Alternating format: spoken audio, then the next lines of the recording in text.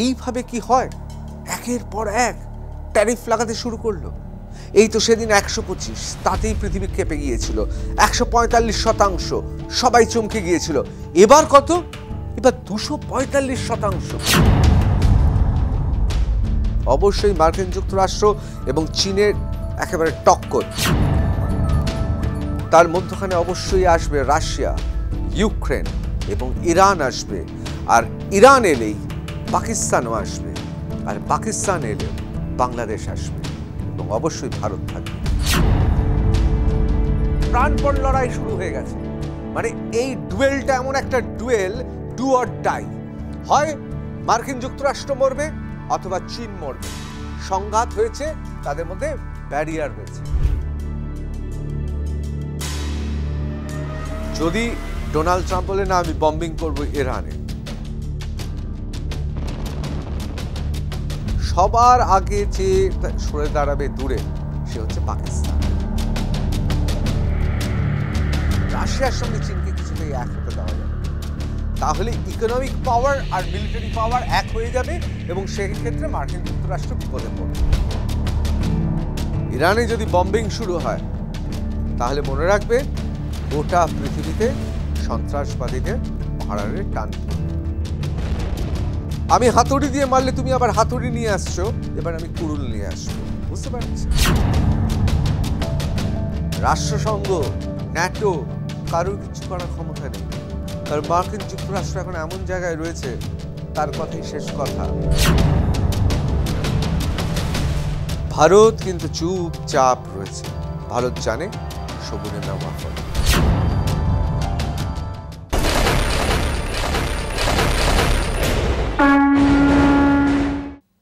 নমস্কার বন্ধুরা, আমি ঋতব্রত ভট্টাচার্য। শুরু করছি রণক্ষেত্র। গোটা পৃথিবীতে অবশেষে সেই ব্রেকিং নিউজ আছড়ে পড়ল গোটা পৃথিবীর টেলিভিশন, ডিজিটাল মিডিয়া এবং খবরের কাগজ থেকে ট্যাবলয়েডে। 245% ট্যারিফ। কার ওপর? চীনের ওপর। ভাবতে পারছেন 245% ট্যারিফ লাগিয়ে দিল মার্কিন যুক্তরাষ্ট্র। ব্যাপারটা কি? কেন? কিসের জন্য? আসলে মার্কিন যুক্তরাষ্ট্রের ডোনাল্ড ট্রাম্প তার সরাসরি নীতি হচ্ছে যে তুমি কোনো কথা বলনি, তুমি চুপ করেছো, তুমি বলছো সমঝোতা করবে, তুমি বলছো মিটিংয়ে বসবে। অন্যান্য দেশগুলো তারা কিচ্ছু করেনি, বলছে আমরা সমঝোতা চাই, ঠিক আছে তোমাদের সময় দেওয়া হবে। আমরা তোমাদের উপর ট্যারিফ চাপিয়েছি, তার পাল্টা কিছু করনি, ঠিক আছে দেখছি। কিন্তু চীন কি করেছে? ক্রমান্বয়ে মার্কিন যুক্তরাষ্ট্র ট্যারিফ অর্থাৎ শুল্ক লাগিয়ে দিয়েছে, পাল্টা প্রত্যাঘাত করেছে। আর তাতেই ডোনাল্ড ট্রাম্প চটে গেছে। আমাদের ছোটবেলায় মনে আছে হিটমি বলে একটা পুতুল থাকতো। হিটমিকে আপনি জোরে ঘুষি মারলে কি হতো? হিটমি পেছন দিকে যেত, আবার এসে সামনে রইল। সেরকম একটা হিটমির মতো ব্যবহার করছে চীনের সঙ্গে। করবে না কেন? তার কারণ ডোনাল্ড ট্রাম্প তো পরিষ্কার বলে দিয়েছে যে সে চীনের স্ক্যামটা ধরতে পেরেছে।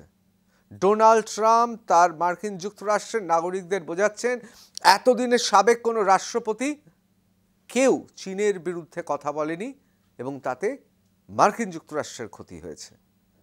মার্কিন যুক্তরাষ্ট্রে চড়া হারে ট্যারিফ বসিয়েছে, চীন তার মার্কেট তৈরি করেছে এবং সাপ্লাই লাইন তৈরি করেছে এবং সারা পৃথিবী জুড়ে সেই সাপ্লাই লাইনের যে জাল বুনেছে এখন তার ফায়দা নিচ্ছে। আর তাতেই ডোনাল্ড ট্রাম্প বলছে না, এই চাইনিজ স্ক্যাম পৃথিবী জুড়ে আজ চালাতে দেওয়া যাবে না। মার্কিন যুক্তরাষ্ট্র তাই একেবারে চোখ কান খুলে লেগে পড়েছে। দেখুন, ডোনাল্ড ট্রাম্প যা বলছে আপনি কিন্তু বলতে পারেন না যে খুব একটা ভুল বলছেন। আপনি এটা বলতে পারেন এইভাবে কি হয়? একের পর এক ট্যারিফ লাগাতে শুরু করলো। এই তো সেদিন 125, তাতেই পৃথিবী কেঁপে গিয়েছিল। 145%, সবাই চমকে গিয়েছিল। এবার কত? এবার 245%। পৃথিবীর ইতিহাসে শুনেছেন এত দ্রুত এতগুলো ট্যারিফ চাপিয়ে দেওয়া হয়েছে, শুল্ক চাপিয়ে দেওয়া হয়েছে? আসলে ডোনাল্ড ট্রাম্প চীনকে পরিষ্কার বলছে আমি তোমায় ঘুষি মারবো, তুমি প্রত্যাঘাত করতে পারবে না, ওই হিটমির মতো চুপ করে থাকতে হবে। আমি তোমাকে মেরেছি ঘুষি, তুমি পাল্টা আমায় ঘুষি মারছো, আমি তাই হাতুড়ি নিয়ে এসেছি, হাতুড়ি নিয়ে এসে ঠুকে দেবো তোমার মাথায়। আমি হাতুড়ি দিয়ে মারলে তুমি আবার হাতুড়ি নিয়ে আসছো, এবার আমি কুড়ুল নিয়ে আসবো। বুঝতে পারছেন কোন নীতিতে চলছে ডোনাল্ড ট্রাম্প? আজকে আমরা আলোচনা করব অবশ্যই মার্কিন যুক্তরাষ্ট্র এবং চীনের একেবারে টক্কর, এটা নিয়ে আলোচনা করব। তার মধ্যখানে অবশ্যই আসবে রাশিয়া, ইউক্রেন এবং ইরান আসবে, আর ইরান এলেই পাকিস্তানও আসবে, আর পাকিস্তান এলেও বাংলাদেশ আসবে, এবং অবশ্যই ভারত থাকবে। আপনারা ভাবছেন যে এতগুলো দেশ নিয়ে কেন কথা বলবো? ট্যারিফ লড়াইটা তো হচ্ছে চীন আর মার্কিন যুক্তরাষ্ট্রের, এতগুলো দেশ কি করে জড়িয়ে পড়লো? বন্ধু, আজকে গোটা পৃথিবীর জিও পলিটিক্স এই মুহূর্তে কি চলছে তার সম্পর্কে সম্যক ধারণা দেব, একবার দেখে নেব। এই মুহূর্তে আমরা মনোনিবেশ করব শুধুমাত্র চীন এবং মার্কিন যুক্তরাষ্ট্র। প্রথমে এই চ্যাপ্টারটা শেষ করব। ডোনাল্ড ট্রাম্প আর অন্যদিকে চীন উঠে পড়ে লেগেছেন, শি জিনপিং আর ডোনাল্ড ট্রাম্প। ডোনাল্ড ট্রাম্প জানে যে যত মুঠো শক্ত হবে তত চীন নড়বড়ে হবে। চীন বলছে না, আমরা শেষ পর্যন্ত লড়াই করব। ডোনাল্ড ট্রাম্প জানেন যে তিনি এখন মার্কিন যুক্তরাষ্ট্রের রাষ্ট্রপতি। মার্কিন যুক্তরাষ্ট্রে যদি আর্থিক মন্দা ঘটে, বিশ্বের আর্থিক মন্দা ঘটলে তাকে দায়ী করা হবে, কিন্তু তা সত্ত্বেও তিনি লড়াই করছেন, কারণ তার কাছে ভিশনটা খুব পরিষ্কার। তিনি পরিষ্কার জানেন যে এই লড়াইটায় আমি যখন নেমেছি পিছু পা হব না। তাই আপনারা দেখেছেন একের পর এক ট্যারিফ বেড়েছে, 125%, 145%। তারপর কি দেখছি, আজকে যে ট্যারিফটা বেড়েছে সেটা পৃথিবীর ইতিহাসে নজিরবিহীন। আবার অন্যদিকে চীন, তারাও বলছে আমরা শেষ অবধি লড়াই লড়ব। কারণ শি জিনপিং, অনেকে বলেন চীনের নাগরিকরা বিশ্বাস করেন এই মানুষটি মাও জেদংয়ের পর সবচেয়ে গুরুত্বপূর্ণ তিনি, আমরণ তিনি রাষ্ট্রপতি বা রাষ্ট্রপ্রধান থাকবেন। কেন? তার কারণ মানুষ তাকে বিশ্বাস করেছে। আমি আগেও আপনাদের বলেছি চীনের সামাজিক কাঠামোটা, আর্থিক কাঠামোটা আমাদের থেকে একেবারে আলাদা। কর্মী মৌমাছির মতো মৌচাকে অসংখ্য কর্মী খেটে চলেছে। পৃথিবীর সবচেয়ে বড় ফ্যাক্টরি সেখানে, বিভিন্ন কোয়ালিটির অর্থাৎ বিভিন্ন গুণমানের তারা পণ্য তৈরি করে। গোটা পৃথিবী জুড়ে তাদের জাল রয়েছে, গোটা পৃথিবী জুড়ে তাদের মার্কেট। অন্যদিকে কি, তুমি রাষ্ট্রের জন্য খাটো, রাষ্ট্র তোমার সব দেবে, স্বাস্থ্য, শিক্ষা, পানীয়, তোমার জীবনের স্বাচ্ছন্দ্য, খাবার দাবার সব দেবে, তুমি শুধু দেশের জন্য খেটে যাও। আর বিপুল পরিমাণের অর্থের দরকার তাদের সমাজশাস্ত্রকে, অর্থাৎ তাদের যে নীতি, তাদের যে সমাজশাস্ত্র, তাদের যে বিরাট রণতরী থেকে শুরু করে বিভিন্ন যুদ্ধের জাহাজ থেকে শুরু করে অত্যাধুনিক সমরাস্ত্র, এসবের জন্য তাদেরও দরকার কোটি কোটি কোটি মার্কিন ডলার, অর্থাৎ বৈদেশিক মুদ্রা। আর সেই জন্যে এই লড়াইটা, প্রাণপণ লড়াই শুরু হয়ে গেছে। মানে এই ডুয়েলটা এমন একটা ডুয়েল, ডু অর ডাই। হয় মার্কিন যুক্তরাষ্ট্র মরবে অথবা চীন মরবে। সংঘাত হয়েছে, তাদের মধ্যে ব্যারিয়ার হয়েছে, এটা ছিল না। এবার আসছি যে জায়গাটা ঠিক কোথায় দাঁড়িয়েছে, কিভাবে অ্যাটাক করা হচ্ছে। একটা শুধু অ্যাটাক নয়, ভাববেন না এটা শুধুমাত্র শুল্কের লড়াই। একসঙ্গে অনেকগুলো লড়াই লড়ছে। সেখানে সাইবার অ্যাটাক থেকে শুরু করে বিভিন্ন ব্র্যান্ডের ওপর আক্রমণ, সেখান থেকে শুরু করে বিভিন্ন টিকটক সহ বিভিন্ন অ্যাপকে কাজে লাগানো হচ্ছে। আবার অন্যদিকে যুদ্ধের লড়াইও, যুদ্ধের প্রস্তুতিও চলছে। এবং যদি একবার একটু এদিক ওদিক হয় তাহলে গোটা পৃথিবী দুভাগে ভাগ হয়ে যাবে। একদল মার্কিনীদের পক্ষে, অন্য দল চীনের পক্ষে।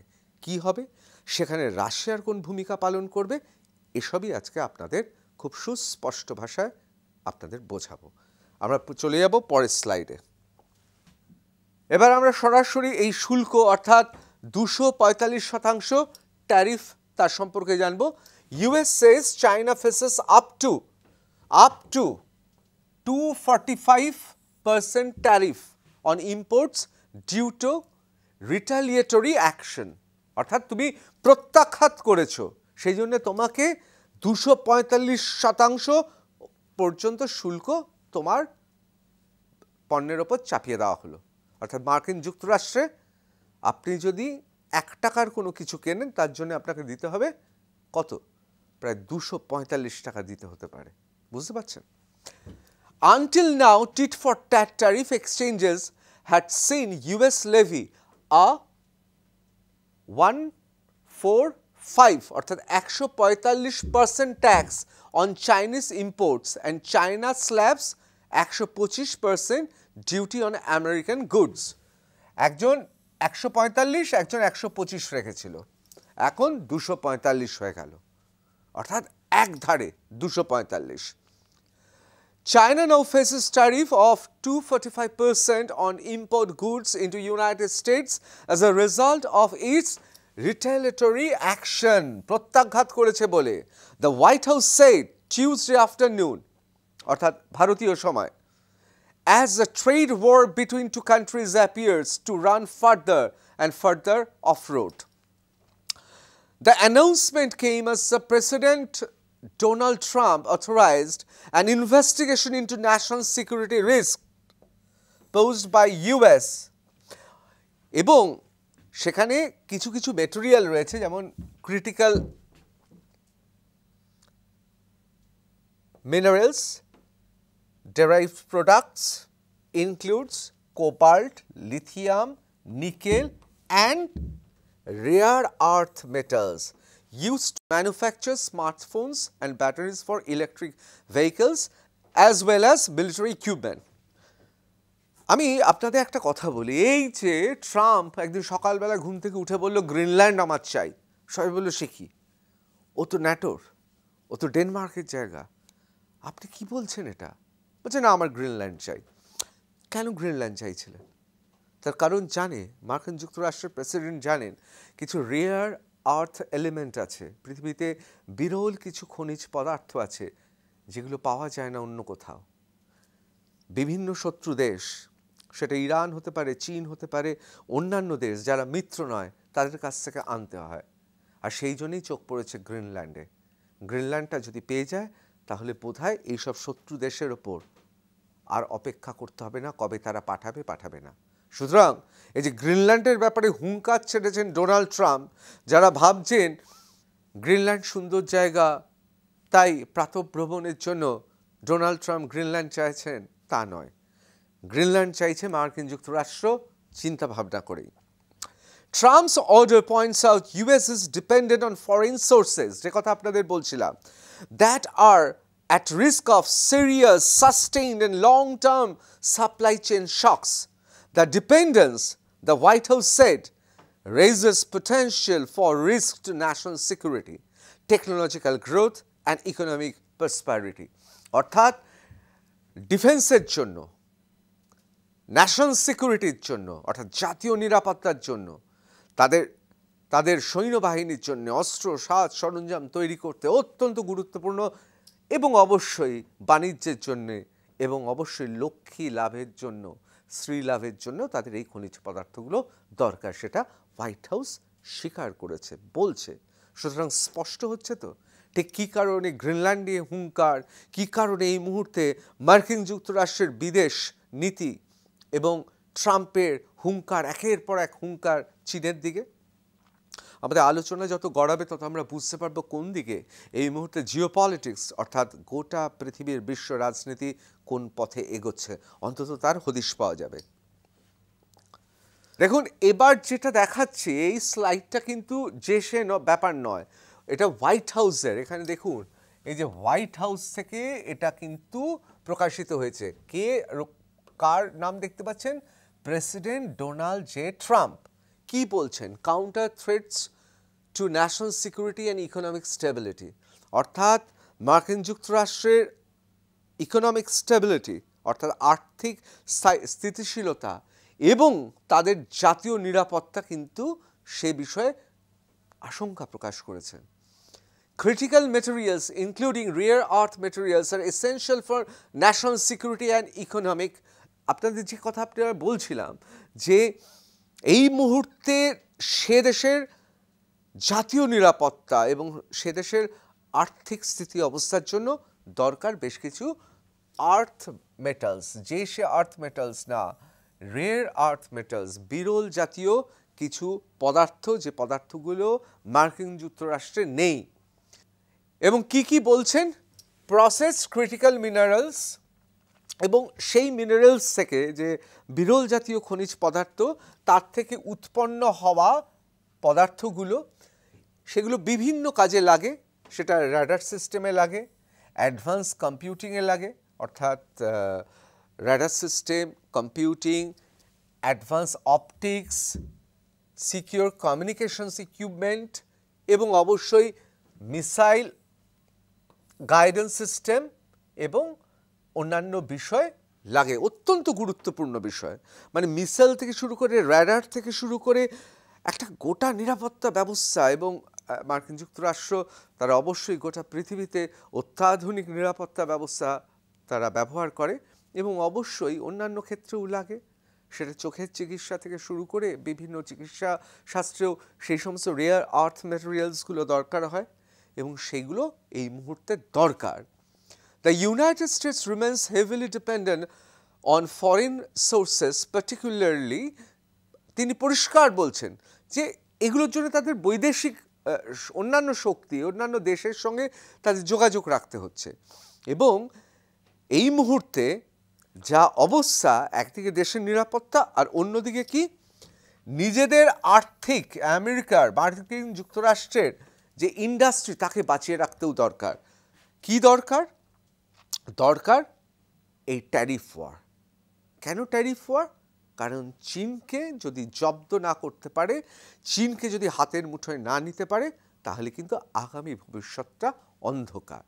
অনেকে এই কারণে মার্কিন যুক্তরাষ্ট্রে যারা ট্রাম্পের সমর্থক, তারা বলছেন ট্রাম্প শুধুমাত্র নিজের সময়টা দেখছেন না, তিনি সুদূর প্রসারী মার্কিন যুক্তরাষ্ট্রের পরবর্তী স্তরে যে যে বিপদগুলো আসতে পারে সেখান থেকে মার্কিন যুক্তরাষ্ট্রকে মুক্ত করছেন। এবং ট্রাম্প নিজে বারবার করে বলছেন এখনো পর্যন্ত কেন কেউ কথা বলেনি। তিনি এক প্রকার প্রাক্তন রাষ্ট্রনেতা, রাষ্ট্রপ্রধানদের দুষছেন। এবার চলে আসি, একদিকে আপনাদের বলছি জাতীয় নিরাপত্তা মার্কিন যুক্তরাষ্ট্রের, অন্যদিকে তার আর্থিক স্থিতিশীল অবস্থা। এর মধ্যে কিন্তু আরও একটা খুব গুরুত্বপূর্ণ ঘটনা ঘটেছে। এখন মুশকিলটা হচ্ছে, ট্রাম্প তো মার্কিন যুক্তরাষ্ট্রের হয়ে গোটা পৃথিবীতে বিভিন্ন দেশের ওপর শুল্ক চাপিয়ে দিয়েছেন। এখন চীন ছাড়া কেউ প্রত্যাঘাত করেনি, আর প্রত্যাঘাত দেখেই মার্কিন যুক্তরাষ্ট্রের ডোনাল্ড ট্রাম্প, তার মাথায় রক্ত চড়ে গেছে। তুমি যা বাড়াচ্ছ, তুমি যদি মার্কেট চুপ করে থাকতে আমি আর কিছু বলতাম না, তুমি যেহেতু প্রত্যাঘাত করছো তাই তোমাকে আরও আঘাত খেতে হবে। একদিকে এই আঘাতটা চলছে, অন্যদিকে চীন, সেও বলেছে শেষ পর্যন্ত সে লড়াইটা লড়বে। সে কি করেছে? ভয়ানক ঘটনা ঘটিয়েছে। আমি আবার বলবো, আমরা ভারত অনেকের থেকে এগিয়ে। টিকটকটা আমাদের এখানে বন্ধ হয়ে গিয়েছে, জানেন তো কেন? তার কারণ এই চীনা অ্যাপ যদি আপনার মোবাইলে থাকে তাহলে কি হতে পারে? এটা ঠিক কথা, আপনার ডেটা, আপনার তথ্য, আপনার কন্টেন্ট, এসব তাদের হাতে চলে যেতে পারে। এটার অন্য বিপদ আছে, কিন্তু আরও একটা বিপদ আছে। যদি সেই অ্যাপ থাকে, আপনি যেমন আপনার কন্টেন্ট, আপনার ডেটা চলে যাচ্ছে, তেমন ওদের কন্টেন্ট কিন্তু আপনাদের কাছে আসছে। আর ঠিক এই সুযোগটা কাজে লাগিয়েছে। এখন গণমাধ্যম হিসেবে অ্যাপ খুব গুরুত্বপূর্ণ। আর মার্কিন যুক্তরাষ্ট্রে টিকটক রয়েছে, সেখানে অনেকেই টিকটক করেন। টিকটকের মাধ্যমে তারা নিজের খ্যাতি, নিজের অর্থ, নিজের প্রতিপত্তি বাড়াতে চাইছে। আর এই টিকটককে হাতিয়ার করে একটা বিরাট চাপ মার্কিন যুক্তরাষ্ট্রকে দিতে চাইছে চীন। কি করে? কেন বলছি টিকটক ওয়ার? তার কারণটা হচ্ছে, বিভিন্ন যে সমস্ত আপনার জিনিসপত্র রয়েছে, সেটা নাইক হতে পারে, জর্ডন হতে পারে, লুই ভিতো হতে পারে, টেসলা হতে পারে, বারবারি হতে পারে, অ্যাডিডাস হতে পারে। এগুলোর একটা বিরাট অংশ কোথায় তৈরি হয় জানেন? তৈরি হয় চীনে। এখন চীনের টিকটক কি করছে? আমি ধরুন লুই ভিতো, আমরা লুই ভিতো নিয়ে যদি আলোচনা করি, লুই ভিতো এটা কি মার্কিন যুক্তরাষ্ট্রের ব্র্যান্ড? না। কিন্তু তাহলে মার্কিন যুক্তরাষ্ট্রে কেন চাপ এসে পড়ছে? এই লুই ভিতর একটা বিরাট অংশ সেটা তৈরি হয় কোথায়? চীনে। বা ধরুন আরও দামি জিনিসপত্র যেগুলো আছে, গোটা পৃথিবী জুড়ে তাদের বাজার অত্যন্ত মূল্যবান। ধরে নিন লুই ভিতর একটা ব্যাগ, হ্যান্ডব্যাগ। আপনারা জানেন লুই ভিতর একটা হ্যান্ডব্যাগ বা একটা অর্গানাইজার বা লুই ভিতর যে কোনো প্রোডাক্ট সাধারণ মানুষ ব্যবহার করতে পারে না, কয়েক লাখ টাকা দাম। সেই লুই ভিতর যেহেতু তার একটা বিরাট অংশ তৈরি হচ্ছে চীনে, টিকটকের মধ্য দিয়ে একজন এসে বলছেন যে দেখুন এই ব্যাগটা আপনি 3 লাখ টাকা দিয়ে পাবেন, কিন্তু বিশ্বাস করুন এই ব্যাগটা তৈরি হতে খরচ লাগে 12,000 টাকা। আমি আপনাদের কাছে 15,000 টাকায় বেচবো, নেবেন? কি করবে মানুষ? অবশ্যই নেবে। এইভাবে ব্র্যান্ডগুলোর ওপর আঘাত হানছে। অর্থাৎ সেটা লুই ভিতো হতে পারে, নাইক হতে পারে, বারবারি হতে পারে, অ্যাডিডাস হতে পারে, অন্যান্য ব্র্যান্ড হতে পারে। তার মানে ব্র্যান্ডগুলোর ওপর চাপ দিচ্ছে। এবার লুই ভিতো তো ইতালিয়ান কোম্পানি, কিন্তু লুই ভিতোর আসল বিক্রি মার্কিন যুক্তরাষ্ট্রে। মার্কিন যুক্তরাষ্ট্রে তার বিরাট বাজার।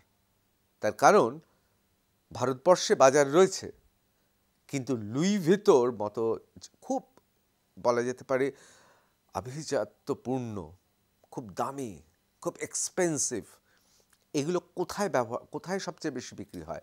মার্কিন যুক্তরাষ্ট্রে। এবার ব্র্যান্ডগুলোর ওপর চাপ দিতে শুরু করেছে। লোক তো এতদিন জানতো না, ও এত কম খরচে পাওয়া যেতে পারে। টিকটককে সেইভাবে ব্যবহার করছে। ভারত কিন্তু অনেক আগেই টিকটক বন্ধ করেছিল। এখন যত দিন যাচ্ছে বোঝা যাচ্ছে অত্যন্ত বুদ্ধিমানের কাজ করেছে। এগুলো গেল ব্র্যান্ডের ওপর চাপ। এই ব্র্যান্ডগুলোর ওপর যদি চাপ আসে, তাহলে সে চাপ আসবে বিভিন্ন বাণিজ্যিক সংস্থার ওপর। সেই বাণিজ্যিক সংস্থাগুলোর উপর চাপ এলে সে চাপ আসবে মার্কিন যুক্তরাষ্ট্রের রাষ্ট্রপতি অর্থাৎ ডোনাল্ড ট্রাম্পের ওপর। অর্থাৎ পেছন দিক থেকে চীন চাইছে ডোনাল্ড ট্রাম্পকে। তারা তো বিশ্বাস করে সমাজতন্ত্রে। চীন তো তার সামাজিক কাঠামো কমিউনিস্ট পার্টি ঠিক করে সেখানে। অর্থাৎ তারা তো কোথাও পুঁজিবাদের বিরুদ্ধে। এবার কি করেছে? লেনিনের সেই বিখ্যাত কথা, কাটা দিয়ে কাটা তোলা। পুঁজিবাদে যে উদ্ভূত ব্র্যান্ড, সেই ব্র্যান্ডগুলোকে যদি চেপে ধরো, সেই ব্র্যান্ডগুলো নিজের অস্তিত্ব রক্ষার জন্য তারা চাপ দেবে কোথায়? মার্কিন যুক্তরাষ্ট্রের রাষ্ট্রপতিকে। কাকে? ডোনাল্ড ট্রাম্পকে। অর্থাৎ কাটা দিয়ে কাটা তোলো। ব্র্যান্ডগুলোকে চাপ দাও, ব্র্যান্ডগুলো তাদের ক্ষতি হতে শুরু করলেই তারা চাপ দেবে এবং রাজনৈতিকভাবে বুর্জোয়া সোসাইটি যা তারা বিশ্বাস করে তার মধ্য থেকে একটা বিরাট উথাল পাতাল হবে, এবং যারা ক্যাপিটালিস্ট পুঁজিপতি তারা রাষ্ট্রযন্ত্রকে ব্যবহার করবে, এবং তাহলে বকলমে কার সুবিধা হবে? চীনের সুবিধা হবে। আমি শুধু একটা জায়গা বলছি, এরকম হাজারো, মানে যত দিন যাবে চীন আরও অনেকভাবে কিন্তু প্রত্যাঘাত করবে। আবার চীন যেহেতু প্রত্যাঘাত করছে, তত যেন মরিয়া হয়ে যাচ্ছেন ট্রাম্প, তত রেগে যাচ্ছেন, তত আরও জোরে ঘুষি মারার চেষ্টা করছেন। সুতরাং এখন এই জায়গায় এসে দাঁড়িয়েছে গোটা ঘটনা। এবার চলে আসি জেলেনস্কি এবং ট্রাম্প। মনে আছে সে বিখ্যাত ছবি? জেলেনস্কিকে শান্তির পাঠ, যুদ্ধের পাঠ দিচ্ছেন কে? Donald Trump. বেচারা জেলেনস্কি যে ইউক্রেনের এই মুহূর্তে মুখ, সে অত্যন্ত ব্যথিত চিত্তে বলছে যুদ্ধ তো আমরা শুরু করিনি, রাশিয়া এসে যুদ্ধ করছে। ডোনাল্ড ট্রাম্প তাকে বলছে না, তুমি যুদ্ধ চেও না, রাশিয়া তোমার 18 থেকে 20% জমি নিয়ে নিয়েছে, চুপ করে থাকো। কেন বলছে? কারণ আছে। জিওপলিটিক্সের মূল মন্ত্র, ন্যাটো থেকে শুরু করে বিভিন্ন জায়গায় সবাই জানে, একেবারে সবার সামনে রাশিয়া আক্রমণ করেছে ইউক্রেনকে, ইউক্রেন করেনি। সবাই বলছে এ কি, যে আক্রমণ করলো সেই আক্রমণকারীর পক্ষেই সবাই কথা বলছে। মার্কিন যুক্তরাষ্ট্রের ডোনাল্ড ট্রাম্পের হলো কি? কি কারণে তিনি বোঝাচ্ছেন জেলেনস্কি কেন হতাশ? দেখুন পরিষ্কার, ইউক্রেন হতাশ। আঙুল তুলে মার্কিন যুক্তরাষ্ট্র বলছে না, কিছু করবে না। কেন?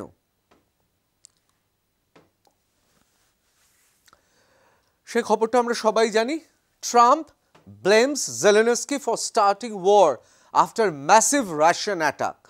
কার খবর? বিবিসি খবর।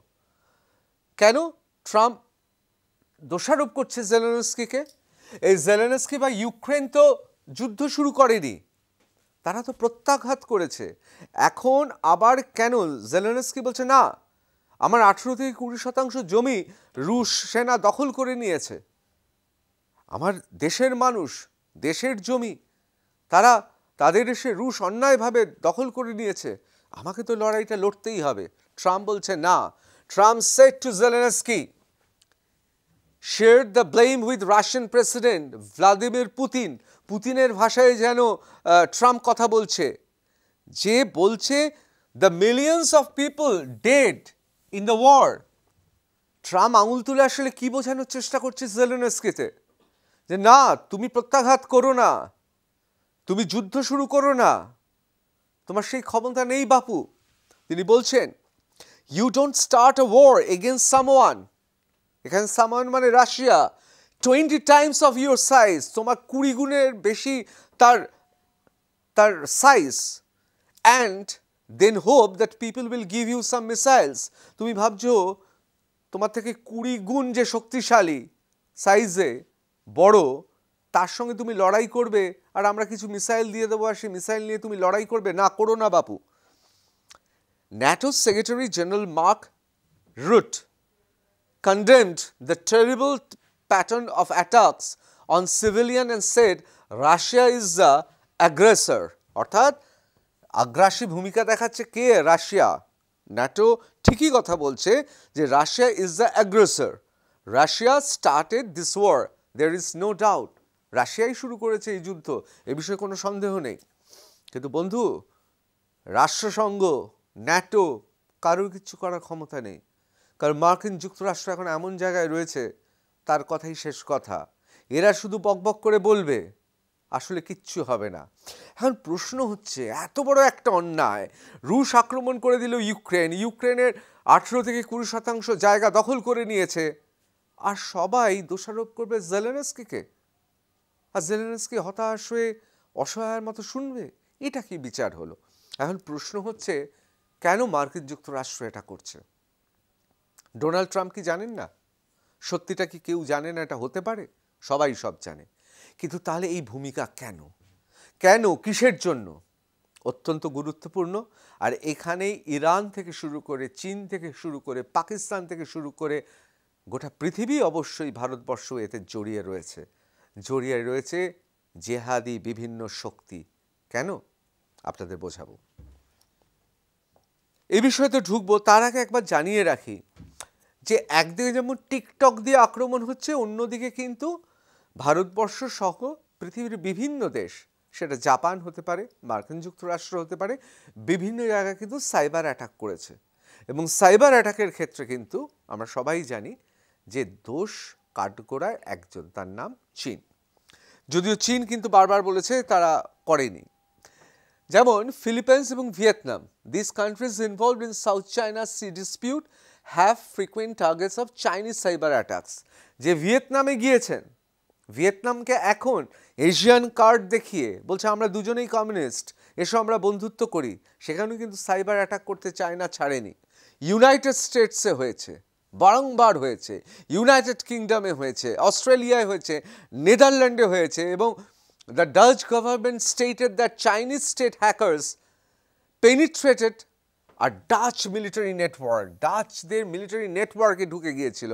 অস্ট্রেলিয়াও একই কথা বলেছে, বারবার করে বলছে যে China state sponsored cyber activity চলছে। ইউনাইটেড কিংডম, ব্রিটিশরাও বলছে যে চাইনিজ সাইবার অ্যাক্টরস, তারাও কিন্তু মাঝে মধ্যেই তাদের বিভিন্ন সময় আক্রমণ করছে, সাইবার অ্যাটাক করছে, এবং ভারতবর্ষে তো করেইছে, মানে সপ্তাহে গড়ে 2বার অ্যাটাক হয়েছে, এরকমও হয়েছে 2024-এ।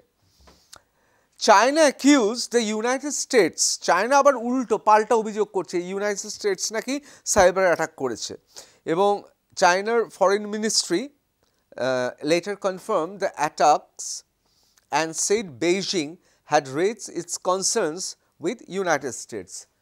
চীন আবার পাল্টা বলছে ইউনাইটেড স্টেটস করছে। এমনকি ওখানকার বিখ্যাত, আমরা সবাই জানি, জিনহুয়া চাইনিজ নিউজ এজেন্সি, তারা নামও দিয়ে দিয়েছে তিনজনের নাম দিয়ে দিয়েছে, J A Winston, Robert J smelling এবং স্টিফেন ডাব্লিউ জনসন। এরা নাকি সাইবার অ্যাটাক করেছে। এই যে চীন বারবার করে কি করছে বুঝতে পারছেন, বারবার করে মার্কিন যুক্তরাষ্ট্রকে প্রত্যাঘাত করছে। আসলে করবে না কেন?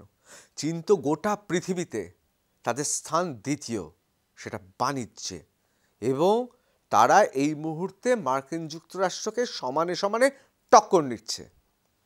এখানেই আপনাদের বুঝতে হবে যে কেন ডোনাল্ড ট্রাম্প পুতিনের সঙ্গে গলা মিলিয়ে কথা বলছে। এটা আপনাদের বুঝতে হবে। কেন ইরানকে বলা হচ্ছে তোমরা নিউক্লিয়ার পাওয়ার বা পরমাণু শক্তিতে নিয়ে কিচ্ছু বাড়াবাড়ি করো না, করলে বম্বিং করব। এখানেই আসছে সেই সমীকরণ, যে সমীকরণ আপনাদের দেখাবো। আমরা সবাই জানি যে গত সপ্তাহতেই ইরানের সঙ্গে, ইরানের বিদেশমন্ত্রী তার সঙ্গে মার্কিন যুক্তরাষ্ট্রের প্রতিনিধি দল, তাদের বৈঠক হয়েছে, কিন্তু সেই বৈঠক খুব দ্রুত শেষ হয়ে যায় এবং ইরান অভিযোগ করেছে যে মার্কিন যুক্তরাষ্ট্র বড্ড বেশি তাড়াহুড়ো করছে। করবেই তো, তার কারণ মার্কিন যুক্তরাষ্ট্রের রণতরী, এখানে রণতরী মানে কিন্তু শুধু দুটো জাহাজ নয়, দুটো পুরো সিস্টেম তারা অপেক্ষা করছে কোথায়? সৌদি আরবিয়া এবং সিরিয়ার ঠিক পাশে। কিছু হলেই তারা ইরানের অভিমুখে যাত্রা শুরু করবে, একেবারে সামনে আছে। এখন যে জায়গায় আছে সেই জায়গাটা নিরাপদ জায়গা, সেখানে মার্কিন যুক্তরাষ্ট্রের রণতরী এবং বিভিন্ন যে সিস্টেম নিয়ে দাঁড়িয়ে আছে, কেউ কিছু করতে পারবে না। আমি আসছি সে বিষয়ে, কিন্তু একবার দেখে নেব ফরেন মিনিস্টার আব্বাস আরাগচি, তিনি মস্কোতে গিয়েছেন as US allies seek to avoid being sideline by Trump. Iran আসলে এই মুহূর্তে রাশিয়ার সঙ্গে কনসাল্ট করতে গেছে যে ইউএস যেভাবে নিউক্লিয়ার টক্স, অর্থাৎ নিউক্লিয়ার নিয়ে যেভাবে পরমাণু শক্তি নিয়ে চাপ দিচ্ছে, কি করব, কারণ রোমে ডেকেছে। এটা খুব গুরুত্বপূর্ণ। আর এখানেই লুকিয়ে আছে যে মার্কিন যুক্তরাষ্ট্র আসলে কি করতে চলেছে। দেখুন, সমীকরণটা আবার স্পষ্ট বোঝাচ্ছি। আমরা ফিরে এলাম ডোনাল্ড ট্রাম্প এবং অবশ্যই শি জিনপিং, অর্থাৎ মার্কিন যুক্তরাষ্ট্র এবং চীন মুখোমুখি লড়াই। মার্কিন যুক্তরাষ্ট্র, তাদের কি আছে? তাদের ইকোনমিক পাওয়ার আছে, অর্থাৎ আর্থিক ক্ষমতা আছে, আর তার সঙ্গে মিলিটারি আছে। চীনের কি আছে?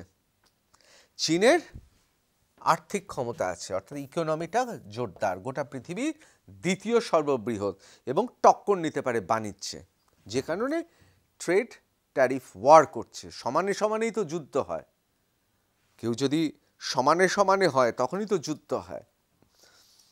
পশ্চিমবাংলায় এই মুহূর্তে বিরোধীরা যদি খুব শক্তিশালী হয়ে ওঠে, তখনই তো শাসকের সঙ্গে লেগে যাবে, তাছাড়া তো হবে না। ঠিক সেরকম এবার রাশিয়ার কি আছে? মিলিটারি পাওয়ার আছে। মার্কিন যুক্তরাষ্ট্রের কি আছে? আর্থিক ক্ষমতা আর মিলিটারি পাওয়ার। চীনের কি আছে? আর্থিক ক্ষমতা। রাশিয়ার কি আছে? মিলিটারি পাওয়ার, তারও কিন্তু খুব শক্তিশালী। এখন কোনো অবস্থায় রাশিয়া চীনকে এক হতে দেওয়া যাবে না। তাহলে কি হবে? তাহলে ইকোনমিক পাওয়ার আর মিলিটারি পাওয়ার দুটো পেয়ে যাবে চীন, তাহলে সমানে সমানে লড়াই হবে। সুতরাং কোনোভাবেই রাশিয়া আর চীনকে এক হতে দেওয়া যাবে না। রাশিয়া চীন যদি এক হয়ে যায়, তাহলে মার্কিন যুক্তরাষ্ট্রের কাছে এটা একটা বিরাট চ্যালেঞ্জ হবে। তার কারণ রাশিয়ার রয়েছে ক্ষমতা, মিলিটারি ক্ষমতা, আর চীনের রয়েছে আর্থিক শক্তি। বাহুবল আর অর্থ এক হয়ে গেলে মার্কিন যুক্তরাষ্ট্র বিপাকে পড়ে যাবে। অন্যদিকে ইরান কি করছে? ইরানের পরমাণু ক্ষমতা, তাদের যদি ক্ষমতা থাকে তাহলে তারা অশান্ত করে দিতে পারে। সৌদি আরব থেকে শুরু করে, জর্ডন থেকে শুরু করে মার্কিন যুক্তরাষ্ট্রের বন্ধু দেশগুলো মধ্যপ্রাচ্যের, তারা বিপদে পড়তে পারে। তাহলেও আবার মার্কিন যুক্তরাষ্ট্রের ভাড়ারে টান পড়বে। সুতরাং সেটা হতে দেওয়া যাবে না। ইরানকে চুপ করে বসিয়ে দিতে হবে। ইরানের পেছনে কে আছে? দুটো দেশ আছে। এক, চীন, তারা বিভিন্ন বাণিজ্যিক চুক্তি করছে। ইরানকে গোটা পৃথিবীতে নিষেধাজ্ঞা জারি হয়ে গেছে, গোটা পৃথিবী তার কাছ থেকে জিনিসপত্র কেনে না। চীন বলেছে না, ঠিক আছে আমরা কিনবো, আমাদের কেউ কিছু বলবে না, চীনকে সহজে কেউ নিষেধাজ্ঞা জারি করতে পারবে না, আমরা দেখে নিচ্ছি। সেই টাকা নিয়ে ইরান কি করছে? বিভিন্ন জেহাদি সংগঠনকে দিচ্ছে। সেই জেহাদি সংগঠনগুলো, সেটা ইসরায়েল হোক, বাংলাদেশ হোক, পাকিস্তান হোক, সেখানে তারা তাদের মতো করে খরচ করছে। চীনকে যদি দাবিয়ে দেওয়া যায় তাহলে ইরানের সেই ক্ষমতা কমবে। ইরানের ক্ষমতা কমলে হেজাবুল্লাহ, হুজি অথবা হামাস এবং আরও যে সমস্ত এইসব মৌলবাদী, যে সমস্ত বিভিন্ন চক্রান্তকারী আতঙ্কবাদী দল আছে, তাদের টাকাটা, তাদের ভাড়ারে টান পড়বে। এবং আমি আপনাদের গ্যারান্টি দিচ্ছি, যদি কোনো দিনও ইরান বিপদে পড়ে, যদি ডোনাল্ড ট্রাম্প বলে না আমি বম্বিং করব ইরানে, সবার আগে যে সরে দাঁড়াবে দূরে সে হচ্ছে পাকিস্তান। পাকিস্তান কোনো সাহায্যই করবে না। সুতরাং ইরান তখন বিপদে পড়ে যাবে। এটা যেমন একদিকে চলছে, মানে চীনকে শক্ত হাতে মোকাবিলা করছে মার্কিন যুক্তরাষ্ট্র, অন্যদিকে কিন্তু রাশিয়ার সঙ্গে চীনকে কিছুতেই এক হতে দেওয়া যাবে না। তাহলে ইকোনমিক পাওয়ার আর মিলিটারি পাওয়ার এক হয়ে যাবে এবং সেক্ষেত্রে মার্কিন যুক্তরাষ্ট্র বিপদে পড়বে। অর্থাৎ মোদ্দা কথা হলো, লড়াইটা সমানে সমানে হয়। রাশিয়ার সঙ্গে যুদ্ধ হলে, যুদ্ধক্ষেত্রে মার্কিন যুক্তরাষ্ট্র আর রাশিয়া, রুশ এবং মার্কিন উভয় যুদ্ধক্ষেত্রে খুব শক্তিশালী। কিন্তু অর্থনীতির ক্ষেত্রে চীন হচ্ছে এই মুহূর্তে মার্কিন যুক্তরাষ্ট্রের থ্রেট। আর সেই জন্যে চীনকে কখনোই রুশদের সঙ্গে এক পংক্তিতে বসতে দেওয়া যাবে না, তাহলেই বিপদ। সুতরাং বুঝতে পারছেন জিও পলিটিক্সটা এখন ঠিক কোন জায়গায় এসে দাঁড়িয়েছে। এবার চলে আসি আমাদের দেশে, ভারতে। ভারত একটা সময় নির্জোট আন্দোলনের নেতৃত্ব দিয়েছে, শান্তিকামী দেশ। নেহেরু থেকে ইন্দিরা গান্ধী একটা বিদেশ নীতি, তারপরেও পিভি নরসিমহা রাও পর্যন্ত সেই বিদেশ নীতির প্রতিধ্বনি ছিল। এবং পরবর্তীকালে মনমোহন সিং যখন অর্থমন্ত্রী, সেখান থেকে আমাদের বাণিজ্য নীতি, আমাদের উদার একটা অর্থনীতি, গোটা পৃথিবীতে উদারনৈতিক অর্থনীতির যে ধারা, সেই ধারা প্রবর্তন হয়েছে। এবং এখন ভারত যে জায়গায় এসে পৌঁছেছে, কোভিডের পর অনেক দেশ, এমনকি চীনও স্বাভাবিক অবস্থায় পৌঁছাতে পারেনি, আমরা সহ্য করে নিয়েছি, আমরা পৌঁছেছি। এমনকি তার আগে যখন বিশ্বজুড়ে আর্থিক মন্দা হয়েছে, তখনও আমরা খুব দ্রুত নিজেদের তুলনামূলক নিরাপদ জায়গায় নিয়ে যেতে পেরেছি। এবং এখনও ওই লিবারেশন ডে বলা হচ্ছে না, অর্থাৎ যখন প্রথম ট্রাম্প ট্রেড ট্যারিফ চাপিয়ে দিল, গোটা পৃথিবীর শেয়ার মার্কেট, স্টক এক্সচেঞ্জ উথাল পাতাল হয়ে গেল। অস্ট্রেলিয়া থেকে, জাপান থেকে, ব্রিটিশরা প্রত্যেকে ত্রাহি ত্রাহি রব পড়ে গেছে, কাঁদছে। চীন প্রত্যাঘাত করছে, ভারত কিন্তু চুপ করেছিল। এবং দেখুন ঠিক তাই হয়েছে। এই মুহূর্তে কিন্তু আস্তে আস্তে করে যে মার্কেটটা ছিল, অ্যাকর্ডিং টু ব্লুমবার্গ বলছে, global investor are touting Indian market as a relatively safe haven. তারা বলছে সেফ হেভেন। এবং যে গ্লোবাল ভোলাটাইল সিচুয়েশন ছিল, অর্থাৎ একটা বিরাট ঝড়ঝঞ্ঝা ছিল, আমরা সেটা কাটিয়ে উঠতে পেরেছি। এবং আমাদের অবস্থা, আপনারা যদি চীন এবং মেক্সিকোর সঙ্গে তুলনা করেন, আমাদের অবস্থা ভালো। সুতরাং আমরা কিন্তু আর্থিকভাবে ঠিক জায়গায় আছি। অর্থাৎ একদিকে যুদ্ধের বাতাবরণ তৈরি হচ্ছে, অন্যদিকে আর্থিক যুদ্ধ হচ্ছে। ভারত কিন্তু চুপচাপ রয়েছে। ভারত জানে সবুরে মেওয়া ফলে। যদি ইরানে যদি বম্বিং শুরু হয়, তাহলে মনে রাখবেন গোটা পৃথিবীতে সন্ত্রাসবাদীদের ভাড়ারে টান পড়বে। আর তখন যারা ভাবছে বিভিন্ন বর্ডারে গিয়ে বিভিন্ন জঙ্গিদের নিয়ে বিভিন্ন কিছু করবে, তারা কিছুই করতে পারবে না। ভারতবর্ষ ঠান্ডা মাথায় এগোচ্ছে এবং এভাবে এগিয়ে চলুক। আমরাও জিও পলিটিক্সের দিকে তীক্ষ্ণ নজর রাখছি, আপনাদের খবরাখবর জানাবো। আজকের মতো বিদায় নিচ্ছি। জয় হিন্দ।